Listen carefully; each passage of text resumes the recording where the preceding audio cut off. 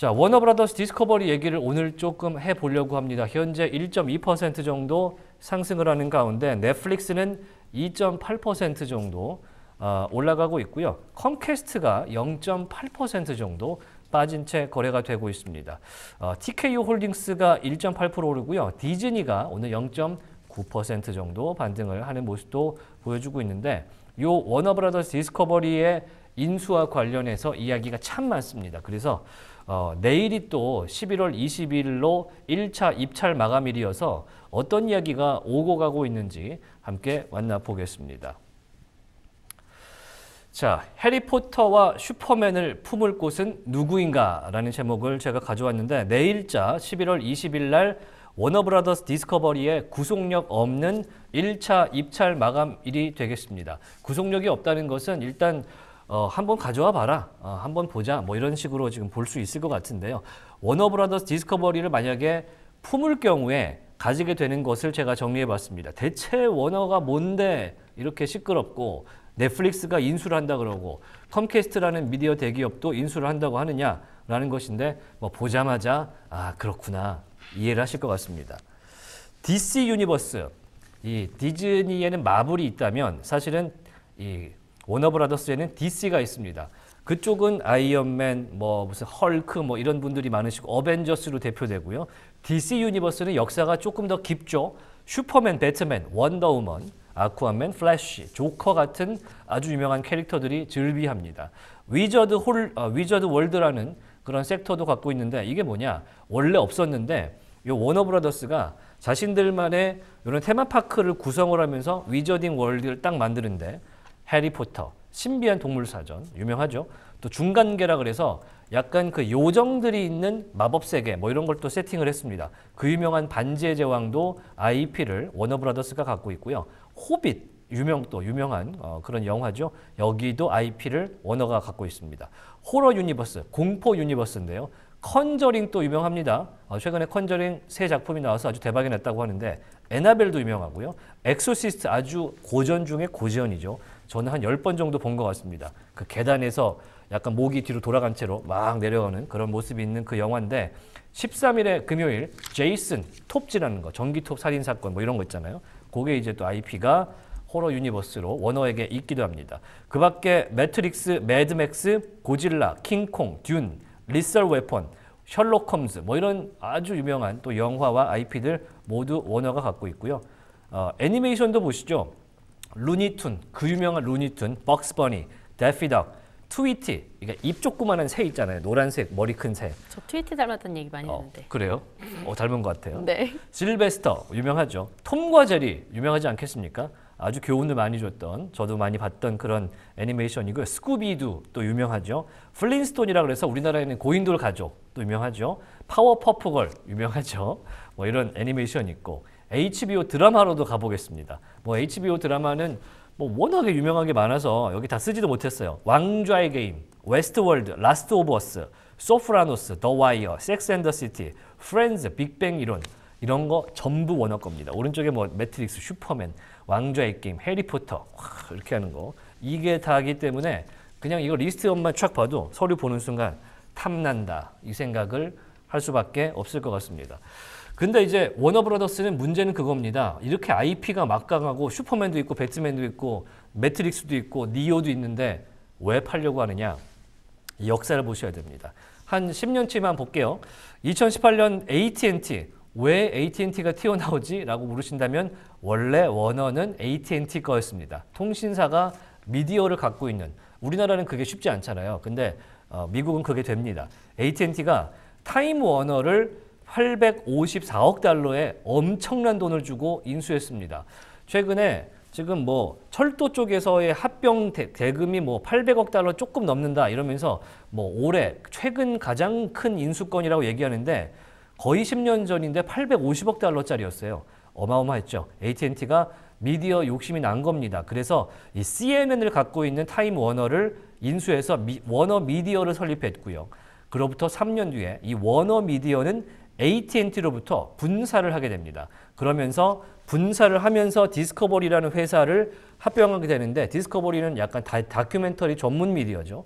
인수를 합병을 하게 됩니다. 그 당시에 어떻게 주주 구성이었냐면 AT&T 주주가 71%의 지분을 갖고요. 디스커버리 주주가 29%를 갖습니다. 근데 AT&T는 전량 매각을 했기 때문에 분사를 하면서 매각을 주주들한테 한 거예요. 그런 측면에서 이렇게 단일 회사가 탄생하게 된 겁니다. 그게 현재의 워너브라더스 디스커버리가 되겠습니다. 티커명은 WBD입니다. 그런 이후에 2024년 WBD는요. 컴캐스트와 파라마운트의 인수 가능성 보도가 됩니다. 지금이 아닙니다. 불과 작년에 인수될 것 같다라는 얘기가 슬슬 나오기 시작합니다. 그리고 770억 달러 규모의 NBA 미디어 판권을 상실하죠. 왜냐하면 이것 또한 이제 입찰 경쟁을 하게 되는데 돈이 없었어요. 돈이 없는 상태에 워너브라더스는 아마존 프라임과 ESPN과 그다음에 NBC 유니버셜에게 중계권과 미디어 판권, 재판매권까지 모두 빼앗기고 맙니다. 사실은 예전에 생각해 보시면은 NBA를 상징하는 그런 채널들이 몇 군데가 있는데 그게 워너가 갖고 있는 채널들이었거든요. 그런 이미지에 타격이 오게 되면서 상당히 매출이 부진하게 됐다라고 말씀을 드리겠고요.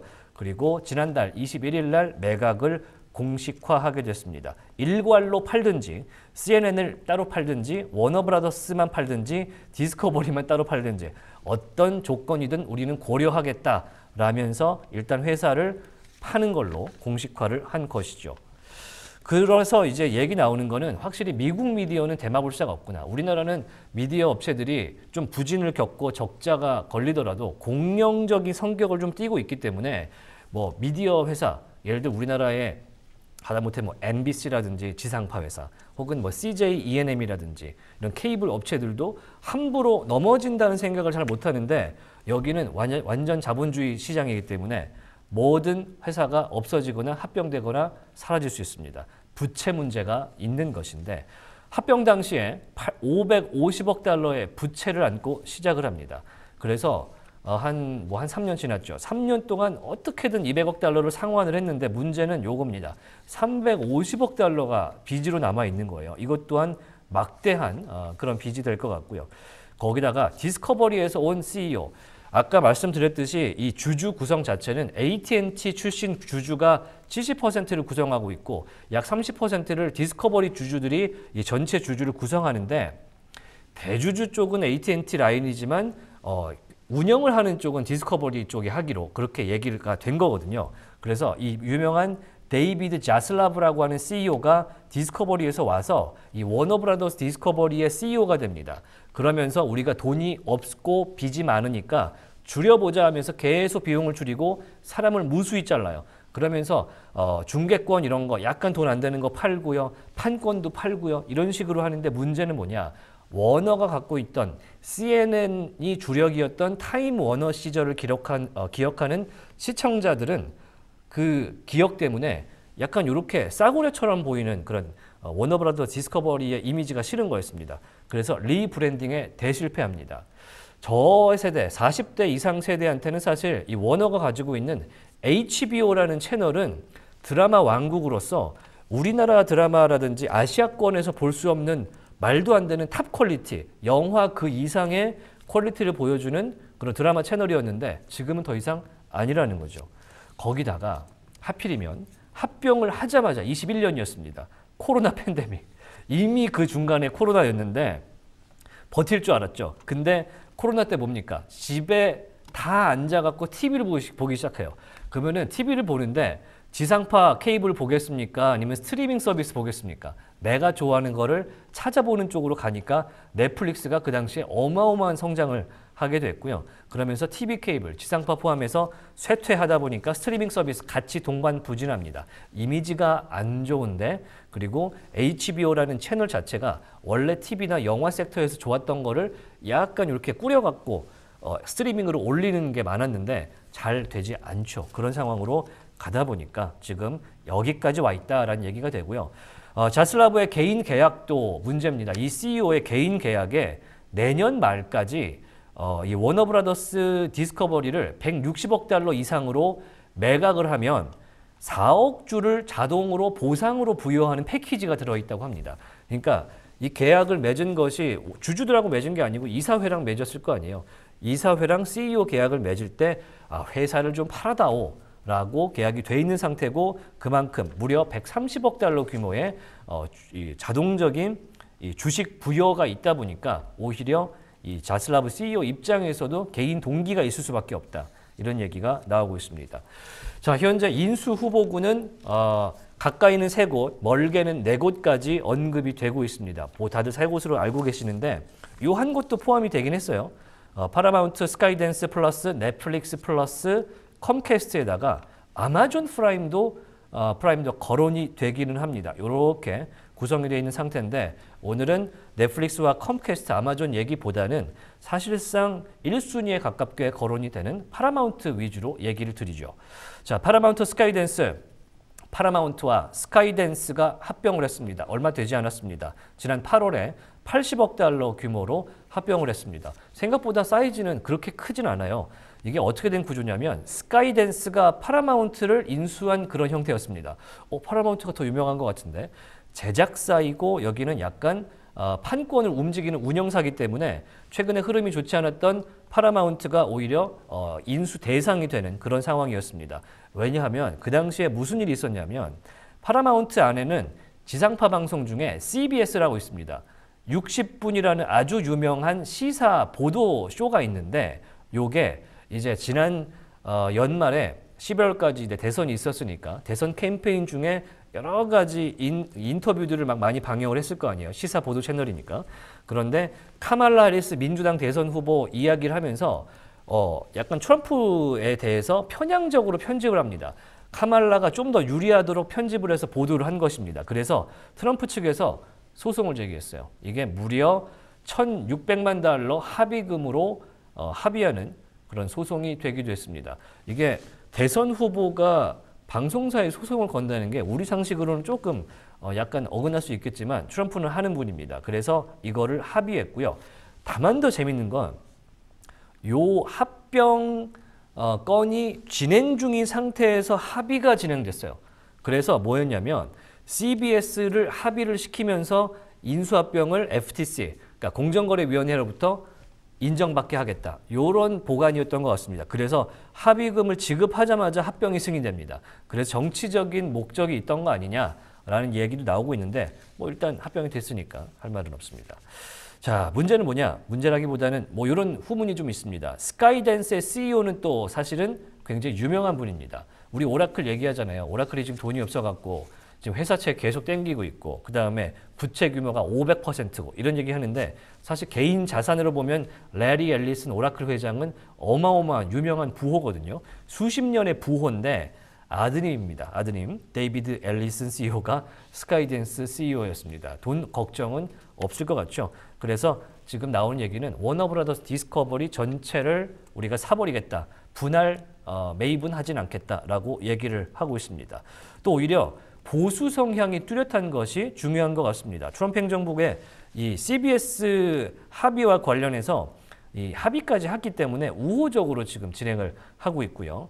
그러면서 최근에 파라마운트 스카이댄스에서 현금과 주식을 혼합해서 주당 23달러 50전에 인수하겠다라고 제안을 했었는데 거부를 당했고요. 오늘 보도된 바에 따르면 워너브라더스가 파라마운트 측에 주당 30불에 인수하라. 그러니까 오퍼를 상향하라라고 제안을 역으로 했다라는 보도가 나오기도 했습니다. 바로 오늘 나왔던 그런 보도였습니다. 악시오스였고요. 그러면 파라마운트는 대체 이 워너브라더스를 어떻게 쓰려고 좀 원하고 있느냐도 봐야겠죠. 간단합니다. 자산을 늘리고 뻥튀기를 좀 하고 콘텐츠를 다각화한다. 그러면서 넷플릭스와 디즈니에 맞서겠다. 일종의 디즈니 스트리밍 쪽의 왕국, 그 다음에 엔터테인의 왕인 디즈니, 그리고 이쪽에서는 방송과 그 다음에 IP 쪽의 왕으로 파라마운트 스카이댄스 플러스 워너브라더스 디스커버리를 생각하고 있는 것 같습니다. 워너의 HBO와 CNN, 영화와 TV 스튜디오, DC 코믹스에다가 HBO 맥스를 붙이고 CBS 지상파를 붙이고 파라마운트라는 영화사를 붙이게 된다. 그러면 막강한 시너지가 있을 것 같다라고 판단을 하고 있고요. 현재 30개 이상의 케이블 채널까지 확보할 수 있는 상황에서 사실 우리나라도 마찬가지지만 방송사와 TV 부문, 케이블 부분이 성장을 하려면 보도가 좋아야 되거든요. 보도가 잘 나가면 회사가 큽니다. CNN과 CBS가 합쳐지면 최고의 케이블 뉴스 채널 CNN과 그 다음에 지상파 뉴스를 갖고 있는 CBS가 합쳐지는 이 시너지는 굉장할 것이다라고 판단을 하고 있습니다. 그러면서 중복 사업을 통폐합해서 결국에는 비용을 줄이면서 스포츠와 보도 부분을 강화하겠다 이렇게 얘기를 하고 있고요. 그러면서 TV와 영화 부문도 확장하는 게 어딥니까? 파라마운트 쪽에 갖고 있는 IP도 말씀을 몇 개 드리자면 뭐 스폰지밥이 여기 있긴 한데 바로 그 유명한 탑건이 또 여기 있습니다. 탑건과 미션 임파서블 뭐 이런 것들. 그러니까 탐 크루즈로 대표되는 몇 가지 IP들이 상징적으로 좀 있기 때문에 후속편을 내년에 인수해서 같이 내겠다 이런 얘기가 지금 나오고 있기도 하는데 중요한 건 그겁니다. 턴키로 사는 게 중요한 것 같습니다. 스트리밍만 인수를 시도하게 되면은 넷플릭스가 뛰어드는 걸 막을 수가 없어요. 왜냐하면 스트리밍은 넷플릭스도 필요하거든요. 그런 상황에서 애플도 들어올 수 있다는 우려가 있어서 우리가 통으로 사는 쪽으로 얘기를 하고 있고요. 케이블과 스포츠에서 입지 확보를 해서 스트리밍까지 확장시키겠다, 성장시키겠다라고 최근에 투자자의 날에서 발표하기도 했습니다. 자금력 우수하고요. 그다음에 정치적으로 백악관이 컴캐스트나 넷플릭스 대비해서 반독점 우려도 거의 없다라고 판단을 하고 있습니다. 왜냐하면 CBS를 이제 트럼프 대통령이 좋아하니까 이 파라마운트 스카이댄스가 워너라는 사실 CNN이 약간 좌파 방송이라고 막 지목하잖아요. 약간 뭐랄까 교화시키면 좋겠다. 이런 식으로 생각을 하는 그런 뉴스 보도가 최근에 나오기도 했습니다. 중요한 건 막상 이제 인수를 당하거나 혹은 이 업계 사람들의 생각이 굉장히 중요할 수 있을 것 같아요. 왜냐하면 영화사고 TV 스튜디오이기 때문에 굉장히 엔터테인먼트적으로 발상을 해야 되거든요. 문제는 할리우드는 넷플릭스만 막아다오라는 얘기를 하고 있습니다. 미국 영화 생태계가 무너질 수 있다라고 코멘트하는데 특히 이제 극장 산업에 대한 두려움이 많습니다. 우리나라 이제 뭐 CJ, CGV 주가 이런 거 좀 보시면 아실 텐데 팬데믹 시즌부터 정말 우하향을 어마어마하게 하고 있고요. 우리나라 메가박스라든지 뭐 이런 체인들 지금 매출이 안 나옵니다. 가시면은 사람이 없죠. 미국도 마찬가지입니다. 그래서 미국의 이제 최근에 실적 발표했던 AMC 엔터테인먼트 이런 곳들을 보시면 피크 찍고 쭉 내려오는 것 똑같습니다. 그런 상황이기 때문에 넷플릭스는 영화 극장을 거의 안 하죠. 한다고 하면은 굉장히 초단기로 혹은 뭐 캐대헌처럼 1회차, 2회차 이런 식으로 이벤트성으로 극장을 개봉하게 되는데 만약에 아까 보셨던 뭐 해리포터부터 말도 안 되는 IP들이 넷플릭스에 인수된다면 극장에서 그런 캐릭터들을 다시는 못 볼 수 있다. 이게 걱정스러운 거고요. 파라마운트 같은 경우는 워낙에 전통적인 스튜디오이기 때문에 극장 우선 개봉주의를 갖고 있다라는 점에서 할리우드 사람들이 지지하고 있다라고 합니다. 또 한 가지는 돈 얘기입니다. 확실히 이제 이권 다툼이 있을 수밖에 없는데 넷플릭스는 우리나라의 뭐 소니와 관련해서 캐대헌 얘기 나올 때 소니는 돈을 하나도 못 벌었다 이런 얘기 많이 들으셨잖아요. 한 방에 제작비랑 출연료를 턴키로 줍니다. 돈을 이만큼 줄 테니까 바이아웃으로 줄 테니까 알아서 하고 우리가 이건 다 가져갈게 이렇게 얘기하는 편이고 영화업계는 출연이든 연출이든 제작이든 일단 스타트는 적게 받더라도 잘 흥행을 하게 되면 러닝 게러티라는 걸 보장을 해주잖아요. 이게 이제 익숙한 전통이다 보니까 업계에서는 이런 파라마운트가 갖고 있는 그런 정책을 우선시하고 있다라는 것입니다. 그리고 스트리밍 공룡이 산업을 정복하는 것 자체에 대한 공포감도 상당히 있다라고 해요. 넷플릭스가 이제 스트리밍 1위를 너무 공고히 하고 있고 다른 업체들이 계속 밀어붙이고 뭐 HBO 맥스부터 시작해서 디즈니 플러스 그다음에 아마존 프라임 돈을 막 때려 부으면서 만들고 있거든요. 안 됩니다. 저항할 수 없는 수준까지 왔기 때문에 괴물화 될 수 있다라고 우려하고 있는 상황이고요. 그러면서 이렇게 특히 이제 스트리밍 업체들 같은 경우에는 이렇게 약간 외면받은 작품들을 땡겨서 조금 고쳐다가 좋은 작품으로 잘 파는 그런 것도 있어요. 근데 만약에 HBO 맥스 플러스에서 워너브라더스 쪽에도 그런 거를 이제 하는 작업들이 있는데 넷플릭스가 다 먹으면 할리우드에서 작품을 팔 수 있는 창구 하나가 줄잖아요. 그게 이제 굉장히 좀 우려스럽다라고 이야기가 되고 있고요. 넷플릭스 특유의 알고리즘형 콘텐츠 반대하고 있다라고 합니다. 넷플릭스는 사실 데이터를 굉장히 우선시하는 그런 제작소라고 볼 수가 있는데 사람들이 좋아하는 형태로 프로그램을 만들고 드라마를 만들고 쇼프로를 만드는 겁니다. 하지만 영화라든지 이 전통적인 드라마 업계는 정말 작가주의적이잖아요.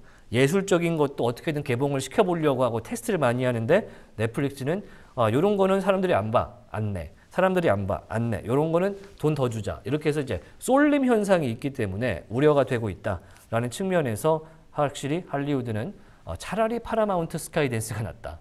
이런 얘기를 하고 있습니다. 오른쪽에 보시면 제가 합치게 되면 어떤 셋업들이 나오게 되는지 써놨는데 텔레비전 워너, 모션 픽처스 영화, DC 스튜디오, HBO 있고 스트리밍 있고 게임즈도 있고요. CNN, TNT 스포츠 유명하죠. 디스커버리 채널 있고요. 블리처 리포트라고 하는 것도 있고 파라마운트는 CBS, 파라마운트 픽처스 영화사죠.